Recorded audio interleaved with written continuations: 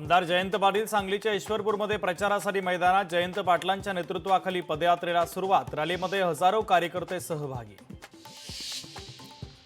Overloaded डीपीमुळे शेतकऱ्यांचं रब्बीचं पीक धोक्यात। अमरावतीच्या 15 गावातील शेतकऱ्यांनी तिवसा येथील उपकार्यकारी अभियंत्यांना दिलं निवेदन। जुन्या डीपी शेजारी नवीन डीपी बसवण्याची नागरिकांची मागणी। वर्ध्यात नगर परिषदेच्या पार्श्वभूमीवर सोशल मीडियावर आता प्रचाराला जोर। उमेदवार विविध प्लॅटफॉर्मवरून मतदारांपर्यंत पोहोचण्याचा करतायत प्रयत्न। विरारच्या नारंगी बायपास उड्डाणपुलाला नाव देण्यावरून स्थानिक आक्रमक। नारंगी बायपास उड्डाणपुलाला नाव देण्याची नागरिकांची मागणी। डिसेंबर महिन्याच्या अखेरीस उड्डाणपूल खुला होणार।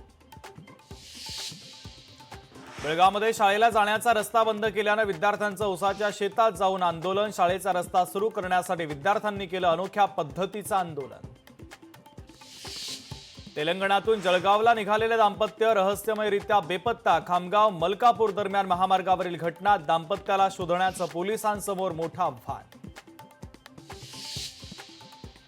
दितवा चक्रीवादळामुळे श्रीलंकेमध्ये पूर आणि भूस्खलनामुळे जनजीवन विस्कळीत। वादळामुळे आतापर्यंत 46 जणांचा मृत्यू तर 23 जण बेपत्ता।